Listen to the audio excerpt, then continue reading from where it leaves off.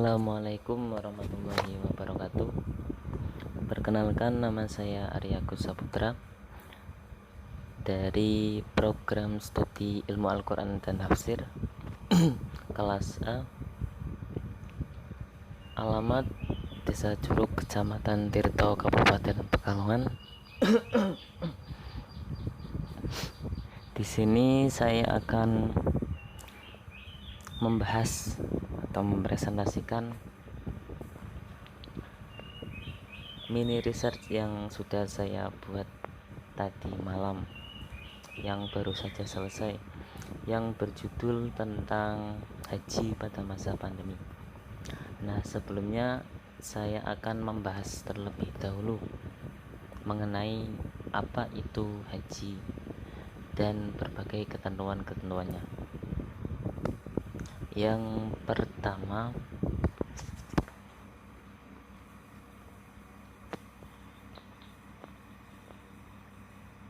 dari segi bahasa, haji berarti menyengaja, sedangkan dari syariat agama Islam, haji berarti menyengaja mengunjungi Ka'bah untuk mengerjakan ibadah yang meliputi tawaf, sa'i, wukuf, dan ibadah-ibadah lainnya guna memenuhi perintah Allah Subhanahu wa taala dan mengharap keridhoannya dalam masa tertentu. Berarti haji adalah suatu ibadah yang kita laksanakan secara sengaja dan sadar, seperti halnya kita sholat ataupun kita puasa dan lain-lainnya. Dasar pelaksanaan haji adalah firman Allah Subhanahu wa taala dalam surat Ali Imran ayat 97 yang berbunyi,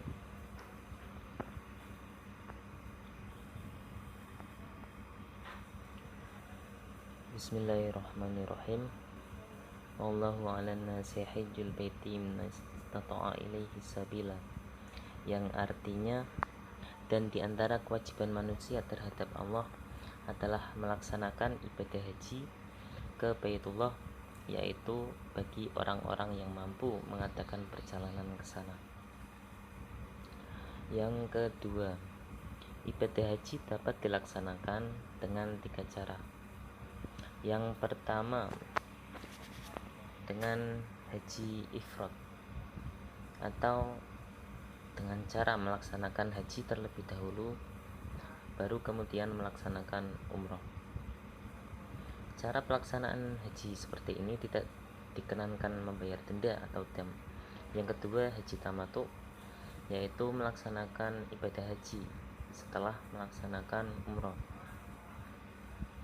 Dengan kata lain, melaksanakan umroh terlebih dahulu baru kemudian melaksanakan haji. Cara melaksanakan haji seperti ini dikenakan denda atau dam. Yang terakhir, haji qiron, yaitu melaksanakan ibadah haji dan ibadah umroh secara bersamaan. Artinya mengerjakan ibadah haji dan ibadah umroh dengan satu niat dalam satu perjalanan sekaligus. Cara pelaksanaan seperti ini tidak dikenakan denda atau dam dan paling banyak dilakukan oleh para jamaah haji. Kemudian syarat wajib haji adalah Islam, balik atau berakal,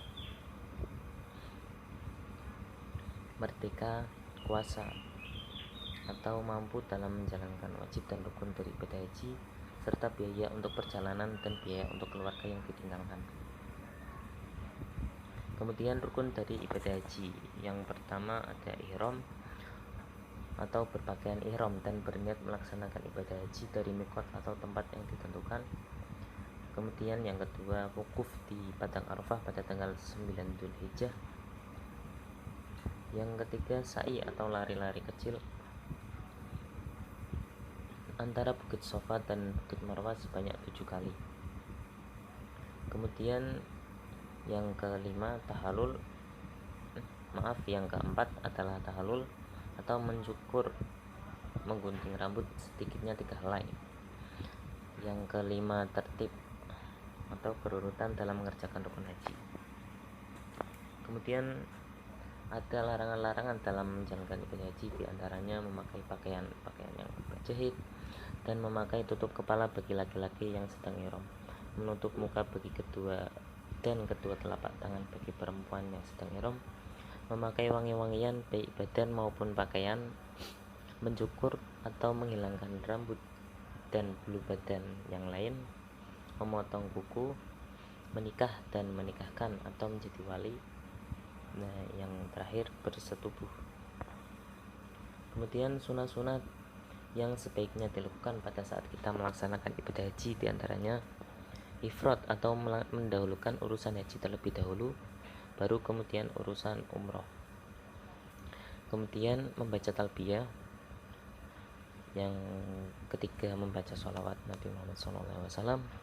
Yang keempat melaksanakan tawaf kudum atau tawaf tahiyah, merupakan tawaf penghormatan bagi Ka'bah ketika baru masuk ke kota Mekah.